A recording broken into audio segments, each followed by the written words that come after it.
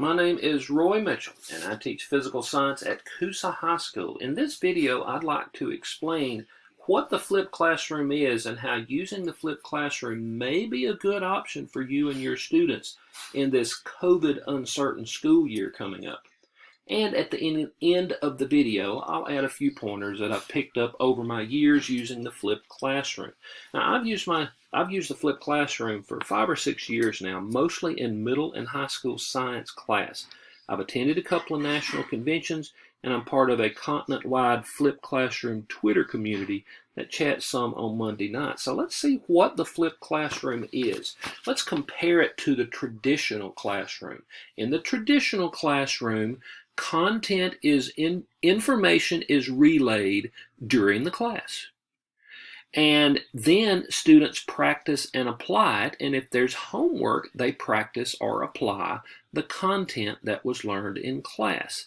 Now, about 10 years ago, maybe a little more than that, when YouTube started coming out, some teachers experimented with how they could present their content, and some started putting their information on instructional videos and assigning the students to watch the instructional videos, learn the content at home, and then when they come to school, that's where they practice and apply it and show what they know. And that's why it's called the flipped classroom, because it flips where people get their information relay and where people may do their practice. And there are some advantages to this. The biggest advantage I see is to having video instruction is how it changes class time. And with this COVID-19 threat, face-to-face time with your students may be very valuable this year. In the flipped classroom concept, the teacher is in front of the students less and walking around and helping students more.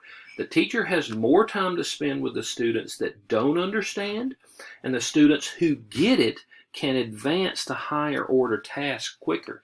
And if I'm going to pick what I want my class time to look like, I'd like it to look like that, where I'm getting to help people, where those that get it can fly on, where that's what I want my class to be, not so much time them sitting and listening to me. Now, the flipped classroom also gives you more time in class. No, you're not physically getting more minutes, but you would be surprised that what you put on a 10-minute instructional video takes way longer than 10 minutes to do in class. And the more information you put on video relay, the more extra time that adds up. Think about this tweet by my friend Bob, who teaches in Ohio. He teaches high school biology, and he's part of my flipped class online. He says, what drove me to flipping my class was a very bad winter in which we had 17 calamity days. Must be a snow day. I found out about flipped class, or flipping the class, on one of those snow days.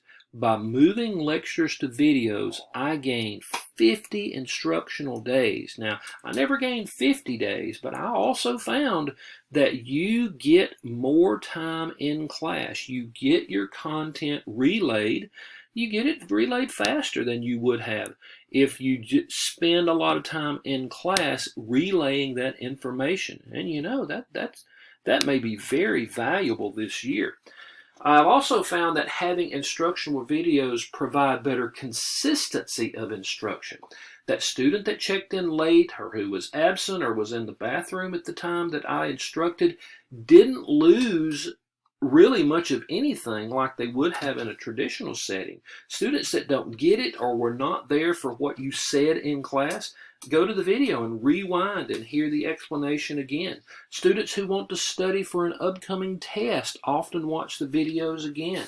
There's less misinterpretation of what you said in your explanation because it's on the video. It's very consistent on the video. So let me add a few, I've got a couple of other things here. I'll get to the right slide. You may have a couple of questions. Does the flipped classroom fit what I teach? I realize that teaching techniques are not one size fits all. And if you teach an elementary classroom, a PE class, or a high school English class, It may look remarkably different than my high school science class looks. But video instruction has been used at all levels, and its principles may benefit your students. For example, some teachers teach classes where only a portion of their content may be best used with an instructional video. Maybe an elementary teacher juggles many teaching segments, often in different subjects. Videoing all your content would be a massive undertaking. Pick one subject or sequence of segments for instructional videos and go from there. And then using your teacher sense, you can see which parts need more in-class application, so you can put those parts on the videos and take it one thing at a time. A PE teacher may make an instructional video on how to play a particular game. Students view it, and when class starts, the teacher can skip to the students actually playing the game instead of spending X amount of time teaching it. An English teacher who covers literature, writing, and grammar may find that maybe a particular writing pointers or grammar mistakes that are often done, may be what could be put on the videos, so you don't have to go back to it all the time in class. That may be a good use of time there. You may not even assign that video to the whole class, maybe just to those who need it, and that may be a good idea in the elementary classroom where you have a lot of people that may get it and may not get it.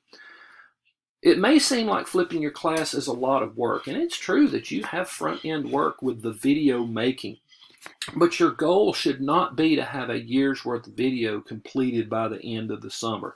Take it one instructional segment at a time. Don't feel like you have to get everything at once. It's not practical. Okay, let me give you some video tips that I have seen over the years of having flipped. And I made the mistake, just like I think a lot of people do, is to making videos too long at first.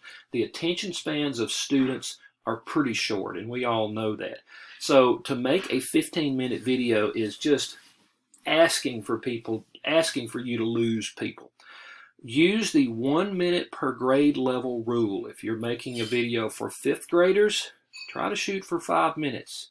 I have 9th graders. I'm trying to shoot for about 9 minutes. You will be surprised how much you can get in a 5, 6, 7, 8-minute video. Another pointer I have is to use screencasting. The first time I did this, I literally took an old video camera and videotaped myself. I think screencasting, which is where the video literally is on your screen. What is on your screen? So the slides I would use for traditional teaching anyway, those are the ones I use for my videos, because I just put them on slides. I go to screencast-o-matic.com, but there are lots of other options that the ITs I'm sure can tell you about where it shows what's on your screen. I think that's very practical for it. The third tip I found whenever I first started, that if you just say, hey, go to this video, watch it, and we'll talk about it the next day, or we'll do something the next day, you have to give a little bit more accountability to that. Give them some kind of questions that they answer during the video. You don't have to make it very much, just enough to where they have that little extra, this is what we're supposed to do during the video. You're training them in which to watch the video and learn from it, and then you can go from stuff to places in class that you wouldn't normally start with. Also, finally, don't be a perfectionist. I mean, in your class, things happen all the time, interrupting your teaching. You're going to be making a video and people will be running the vacuum cleaner in your house, or maybe there's a call on the intercom. Just go ahead and let it run through, and you'll be okay. You don't spend lots and lots of time trying to be a perfect video maker. That is very hard to do. Hey, I'll be more than happy to answer any questions that you have of me.